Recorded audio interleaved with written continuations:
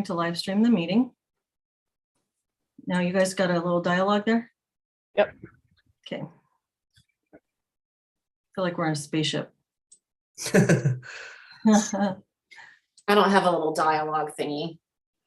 All right, so we're live now. So hello, and thank you for being here. Thank you to anybody who's maybe tuning in and watching.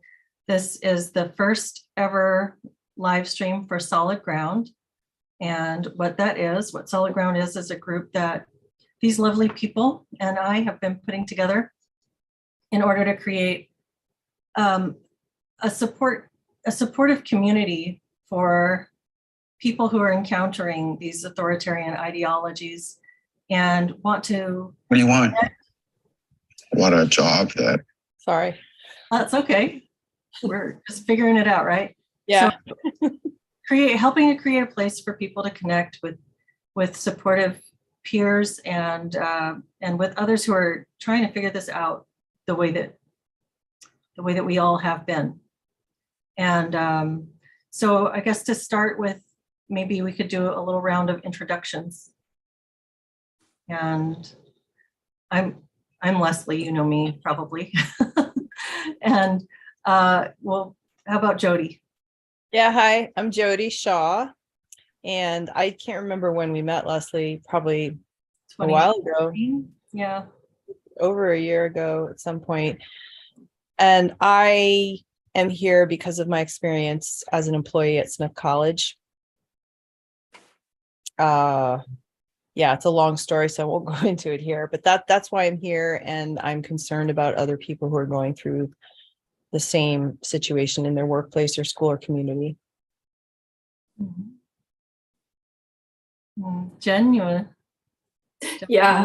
Hi, I'm Jennifer, and I became involved in the community of, I think of us as sort of dissidents because of my experience as a therapist at Fairfax County with a really toxic DEI initiative. And I feel like I know the effect it had on me to have ideology shoved down my throat in the workplace and to feel threatened and coerced. And I don't feel like anybody should have to go through that alone. So I like to support other people who are concerned about this.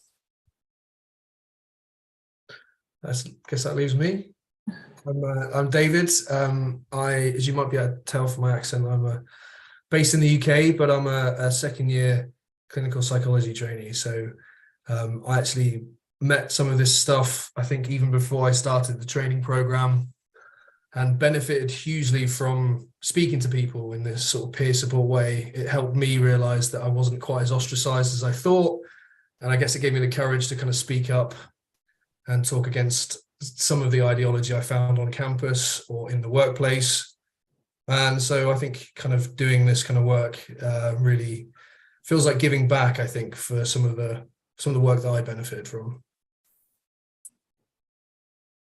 Excellent. Yeah. And so to go more into what Solid Ground is and what we're doing there, Jodi, do you want to talk a little bit more about that? Yeah, sure. So my experience at Smith College in a workplace where this I call it woke ideology, some people call it critical social justice, is imposed upon employees, staff, students. In that kind of environment, the nature of the belief system makes it so that you're afraid to say anything. You're afraid you're going to get in trouble if you question it. And at the same time, I had trouble even at first even questioning it in my own mind, because I was like, here are all these PhDs telling me that there's systemic racism that pervades the campus and positioning people on this hierarchy of power based on skin color, all sorts of stuff like that. And I thought, this sounds wrong to me, but is it wrong? And then even questioning it is posed as somehow a form of racism. As me as a white person, doubting this belief system is somehow framed as an act of racism, even in and of itself, or white fragility. And so I had a really hard time thinking I was the only one. And it it really can do a number on you and make you doubt yourself, and you feel it's kind of like a gaslighting situation. And so I started talking to people behind closed doors, and I found, lo and behold, actually a lot of people in my workplace felt similarly. They thought there's something wrong with this. And there was just this enormous sense of relief and validation. And that's when I felt confident enough that to tell myself, yeah, this is wrong because it's wrong. And then to kind of go outside my information bubble and seek more resources and build the moral conviction I needed to question it publicly, or to file a complaint in my case. And so that, to me, we have right now in this anti-woke sphere, I guess, for lack of a better word. And this has to do with lockdowns and mandates as well. You have a lot of podcasts and essays, and those are all needed, very much needed, and conversations like this online. But what's missing is a way for people to find each other, to find community, and find other people they can talk to try to figure out, like, this feels wrong, but is it? And there's something really powerful about having a community to support you. And so that's why that's why we're all working together here, as we know, to create some kind of community for people. And that includes peer support. So very specifically, what that looks like is online meetings of people who are questioning or having trouble with this stuff, where we can talk to each other about it and support each other and help each other work through all the nuances. And whether or not that leads to actual taking action or not is completely up to each individual, what they want to do with that information or support. Some people just need support. Some people want to file a lawsuit, but they just need more, need to build their moral conviction some more. So that's the goal of these online peer support meetings. And I want to emphasize, this is peer support, peer meetings. This is not psychotherapy. This is not, there's nothing in these meetings should constitute legal advice of any kind. So I just want to emphasize that, even though I don't have a background in mental health, but I know you guys, Leslie, David, and Jen, you all have mental health experience, but it's not psychotherapy in any way. Mm-hmm. So yeah, so we have the online support groups, which we have 4 of them right now per week. And we all, us as individuals, we all also offer individual consultations and support for people. And the online groups you can find right now, we're starting these. How we're doing it is on Locals, on my Locals platform. And I'll put the link, or I'll send you the link. I don't know. We'll post the link somehow. Put it in the description. Mm-hmm. Yeah. And it costs $5 a month. That's it. So you join the Locals group for $5 a month. You get access to the meetings. There's 4 per week. You can come to one or come to all. And the links are posted every Sunday. And I will want to say there's a 10-person limit per group, and it's first come, first served. And also just bear in mind, this is all new, so we're still working out all the kinks. We're launching this week. So if you want to come and meet with other people who have similar concerns to you, you can go to the Locals platform and subscribe for $5 a month. And you can also post articles, and there's also an online asynchronous community as well. You can post articles and comment and communicate with each other. So that's solid ground. Jodi, I'm going to look for that link for your Locals so I can put it in the chat. Or do you have access to the chat right now where you could pop it in there? Yeah, you know what? I'm looking at I don't actually see this video on your channel right now. Okay. It's on the live, so I can read some of the chat comments. Oh, I see it. Yeah, I see it. Yeah, so thank you to those who are watching. And Erin says, glad to see you all. Good to see you too, Erin. Hi. Later Holmes says, Jodi Shaw, best rapper. I kind of have to agree. Jodi Shaw is a fantastic rapper. Yay, thank you. We should put the link to one of your songs in here. It's so good. Randall Sawyer says, glad to be here and see this conversation. Thank you. Trenton Paul, I call the woke out. Why I have spent a heap of time in Facebook jail. Yeah, I bet. And then Chris Freestone says, we're finding our friends. Absolutely.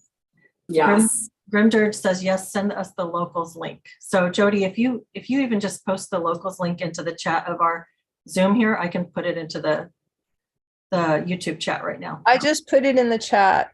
Do you see Okay. it? Not yet. Let's see. We're all figuring all this stuff out right now.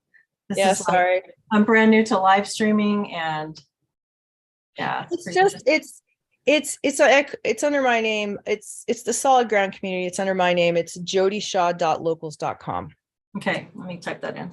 And I put it in the chat, but it's HTTPS, I don't think you need to type that in, just jodishaw.locals.com. All right, great.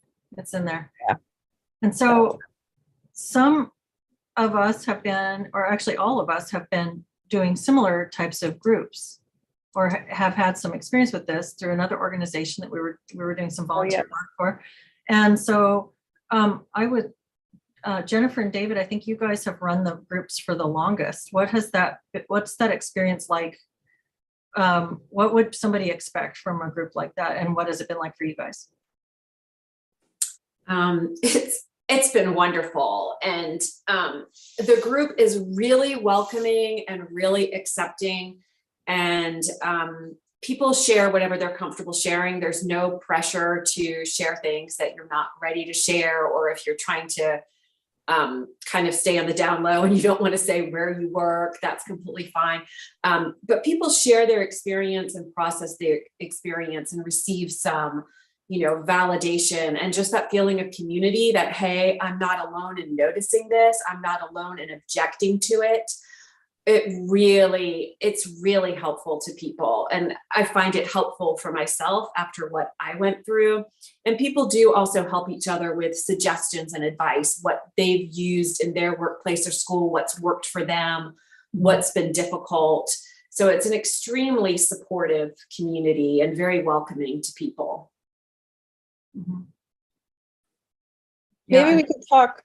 Oh, sorry. I know David's going to say something, but maybe we could talk about counterweight and a little bit that history too. Sure. Yeah. So I was running a group through Counterweight, and so all of you, I think, did groups through Counterweight, and Counterweight was established to help people to push back and to cope with the imposition of critical social justice and critical race theory, all of that. And so we were doing groups through there, as well as individual peer support sessions. And the founder of Counterweight, Helen Pluck-Rose, who's very lovely, she became she was having a lot of physical health problems and struggling. And so she turned Counterweight over to our social media person, Harriet, who's taking it in a bit of a different direction, continuing the fight in a different way of trying to bridge the gap between the left and the right and facilitate conversations. So at Solid Ground, we want to carry on the piece of what we were doing before with the peer support and the peer support groups and the individual peer support as well. Picking up where Counterweight left off. Yeah, pretty much. It's because it's very needed. Mm-hmm. I think so too. Yeah. Yeah. Yeah, I really do think that these experiences, the process of doubting yourself, of hearing an authority tell you something that you just know doesn't seem right to you, and having sort of your being gaslit, being told that reality isn't what you think it is. It's such a painful process to go through.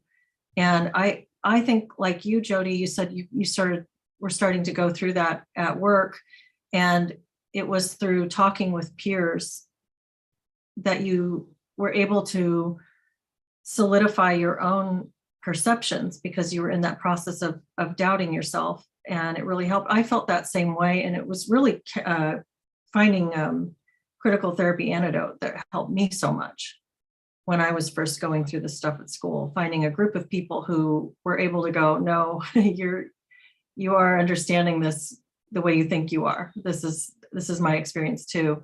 And so that was incredibly valuable to me. And so when I was doing volunteer work for Counterweight and working with people doing those groups, it was wonderful to be able to connect and facilitate people connecting to one another and having that same experience of validation and to be able to provide that space. So I thought it was a wonderful organization and opportunity. I'm really looking forward to this as well.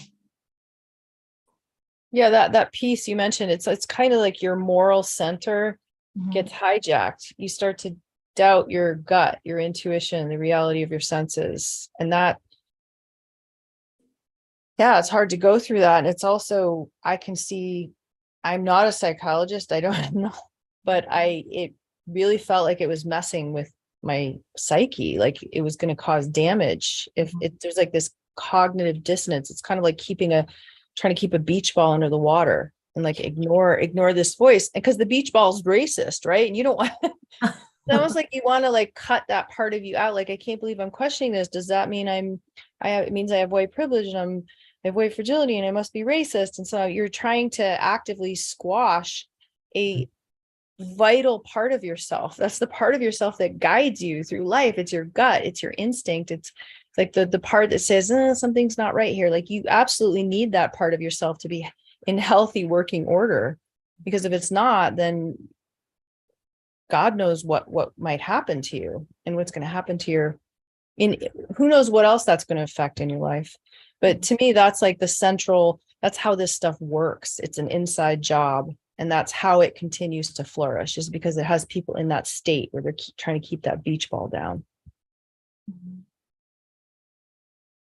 Yeah, and there's also the intimidation factor that even if you do become aware that this clashes with your values and your belief system, there's such a fear of speaking out, contradicting it, or even questioning it, because you know that this is going to get you labeled as a racist or a bigot at school or at work. And so you worry about what impact that will have on you. You know, will you get bad grades on your papers? Will you fail your class? Will you be ostracized by all your peers? Or at work, are you going to be denied a promotion? Or are they going to start to suddenly find things wrong with your work because they don't like what you're saying?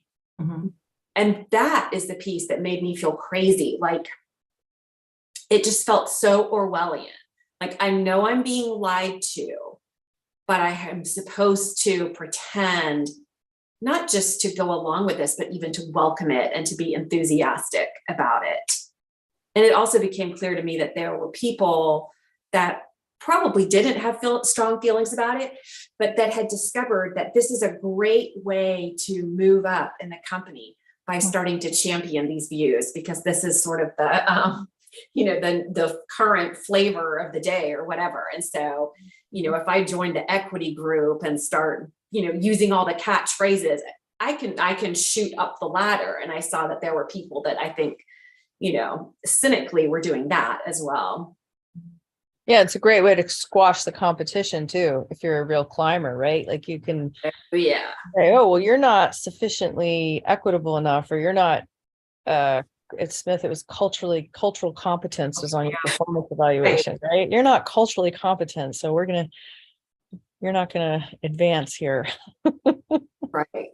Yeah, I think of the Ash conformity test often, and the experience of sitting around and watching everybody point to the wrong line and checking and double checking. But in this case, there's a huge punishment involved in picking the correct line. And it's that they're going to point at you and ostracize you and try to make you feel terrible about yourself. Yeah, that's a good point. Yeah. Sorry, David. I was going to say that's going to be one of the big tips we can give people as well, is to say that to start off with, maybe it's good to try and find some allies, some individuals on the course that you can have one-to-one conversations with. I've certainly found I've been able to do that. I've started to realize just how many people do question this stuff, but privately, and feel safe doing it privately, because I guess we all have that burning wish to conform to whatever's happening in the room at the time. And I think about that Ash experiment a lot as well. Yeah, we're really social animals, aren't we? Lots of people say, somebody brought this up maybe it was with you guys, we were talking about, like, a lot of people say, oh, if I lived under Hitler, I would hide Jews in my attic, I would definitely do that, or I would definitely help on the Underground Railroad, help slaves escape. And it's really easy to like look back into a different time and say I would do that. But then it's like when you live in a time like this and there's something so obviously wrong with this ideology and people aren't saying anything, then you can see quite easily how only a tiny minority of people would have hidden Jews in their attic, for example. Right. Have the fortitude to go against the grain. Somebody asks here in the chat, would you say it's pointless to enroll in these counseling programs now? I feel that way about entering public education. And this is something I get questions like this fairly often, I guess. What's my opinion about it? And I think what I think is that we shouldn't abandon these things altogether, but we should kind of gird our loins and be prepared to speak up. And the more that we do that, the easier we make it for other people to do that. And it is a sacrifice to be the one to stand up when nobody else is doing it. It is hard. It's really hard. But if we don't have more people doing that, we might as well just give up and give over.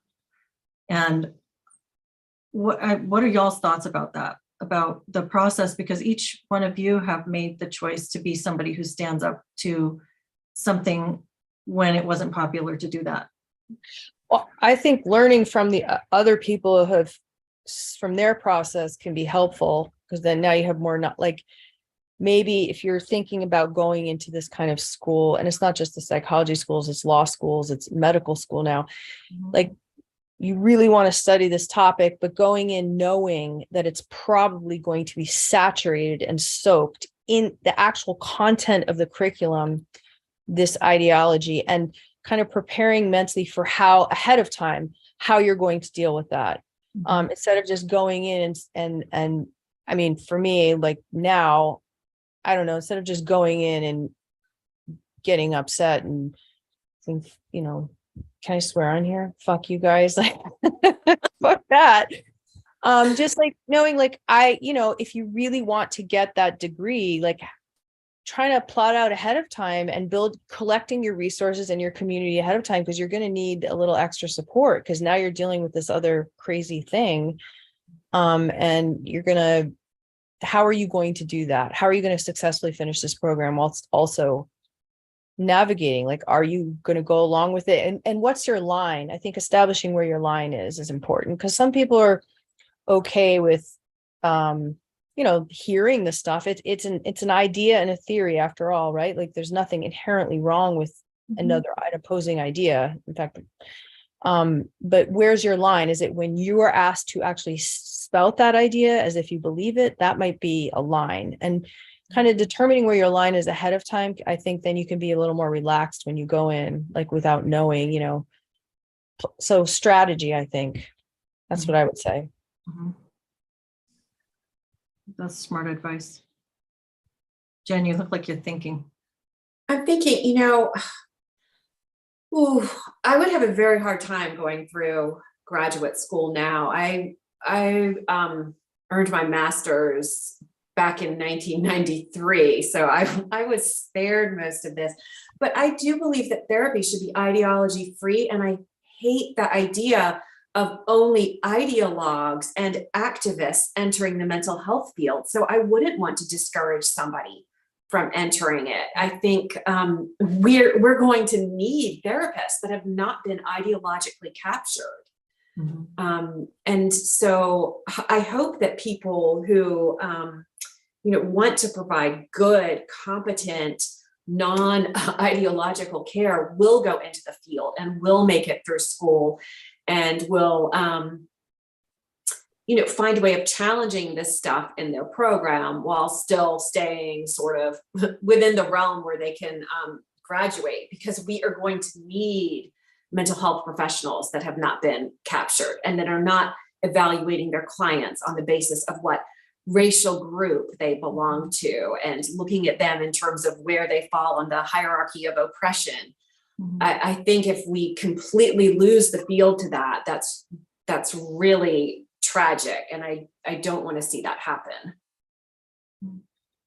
I agree. And then there's things like what Christine was saying when I spoke with her last week about the school's admission practices, where they're screening for the woke candidates. They won't admit you if you don't have sufficient like in cultural competency scores coming in. And so that makes me wonder if we're seeing like these universities are sort of self-selecting for that outcome. And I guess I have more questions than answers around all of this. I don't have any great suggestions. I think that we could see the development of some alternative certification, which is an indicator of like a classical non-ideological therapy designation. I don't know. I mean, I've decided to go completely parallel and just do coaching for now but it's not that the education that I've gotten was completely valueless. There was a lot of value in it. It's just sifting through it. Really? I was going to say there's a reason to be optimistic as well. That if you think about sort of some of the stats that come out about the general populations, often it's 10% of people believe this stuff. Mm-hmm. I get that we're self-selecting in some of the more, I guess, left-wing, maybe people are slightly more manipulated by compassionate seeming ideologies in our sorts of fields. But speaking out about this stuff, I just really do feel that there's a lot of people there that just know how to say the right buzzwords. I'm on a particularly competitive course at the minute, and I know that I put the word diversity in my statement because I knew that would be something that would help. I guess I didn't realize maybe what I was potentially buying into, what other ideologies I was buying into when I said that word. But we need to get better at having conversations about where the line in the sand sort of is for us. What do we feel strongly on in terms of our beliefs, and how can we articulate them? Because I think there's a lot of people out there that just trot out the same maxims and words and actually don't believe it at all. So I'm sort of more optimistic, but then that's maybe just my experience on my course.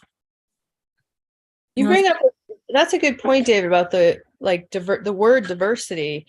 Like, I lived in New York City for 16 years, and diversity, like real diversity, and just how rich and deep diversity, like, what does that mean? What does that word mean? We know what it means in the critical social justice sphere, but to me, I value diversity.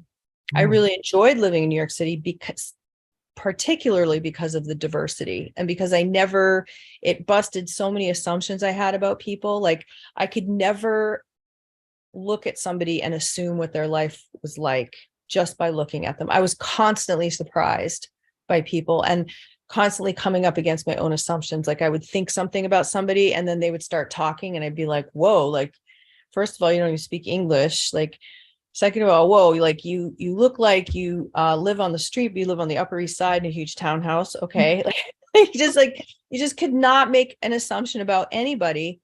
And so I still think diversity is very valuable and very and good. I like it personally. That sounds weird. I like diversity. So I think like maybe one strategy would be feeling like it's a resting back of the language, right? So to use that language on let's say somebody asks you to write a diversity statement, and just doing a deep dive into what is diversity and talking about some of the things I talked about, like assumptions, and not mentioning necessarily race, like unless you feel has informed someone's thinking, right? Their skin color. So yeah, I don't know, like I would feel good about, and then you could go in feeling confident that I wrote a really good diversity statement. I didn't write this just to like, be a faker and get in, like feel good about it. The good stuff that's come out of this process for me is knowing a lot more about what I actually believe. I'm a lot stronger in understanding who I am, what I believe, and what, I mean, you could even ask these people, do you think that diversity and equity are ideas that can live closely together and complement each other? Because if you actually understand the definitions of those as they're used, they don't comport. So people don't even know this stuff. They don't even have thought it through. Mm-hmm. We can read a couple more chats here. So we've got a bunch I'll probably miss some of them, but let's see. Andra Boudreau says, happy to see this taking place. And Aaron Kinsfater again, I love Aaron, says compliance is gained through negative reinforcement. Totally true. Going against the grain causes pain of abandonment or being called names.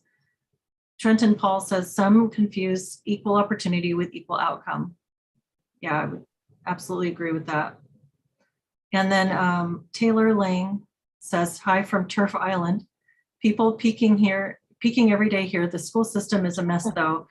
I'm in battle with my daughter's school to not teach kids they're born in the wrong body.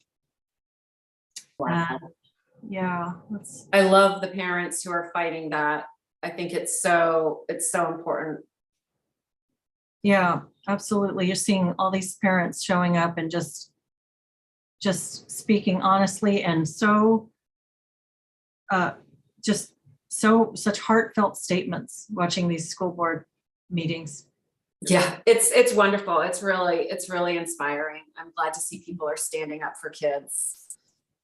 And then it's S. Koval 7 says, but can these institutions be reformed? We need alternative systems. What do y'all think about that? Well, Jen and I have talked about this, about, University of Boston, and there are some alternative options popping up, but then you have to think about the licensing boards, and you have those to consider. So yeah, it would be great to have alternative schools where people don't have to deal with this stuff, as long as we can make sure the licensing boards don't become corrupted.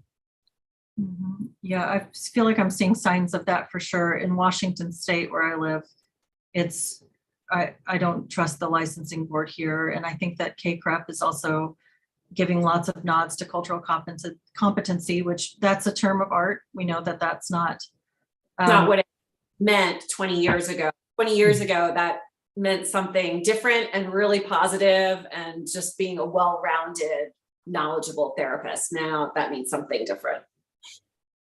They're like smuggling code words. They smuggle in toxic ideology using very benign terms, which nobody in their right mind would object to. That is part of why they're so successful. Absolutely. Who wouldn't want to be culturally competent, right? Or who would be against anti-racism? Like, Right. who would say I'm not an anti-racist? Right. Until you find out anti-racism is a new form of racism. right. Just being corrected differently. Well, yeah, it's all these beautiful words that disguise like an Orwellian double meaning. Yeah. And the last, I'll just read one more chat. It says from Ute Hagen, best regards from Ute. Parents might have to counter this at home, explaining it is a religion, not in our family. I think that's a great point. Great point.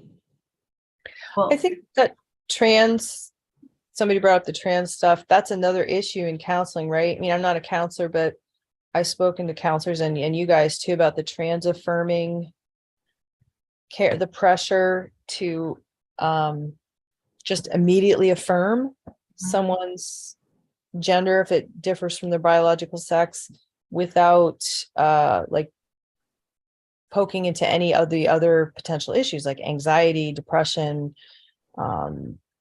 any number of things that one would normally look at, right? If someone presented with any other kind of issue with their body, like anorexia or anything else, right? And you actually get in trouble if you don't do that.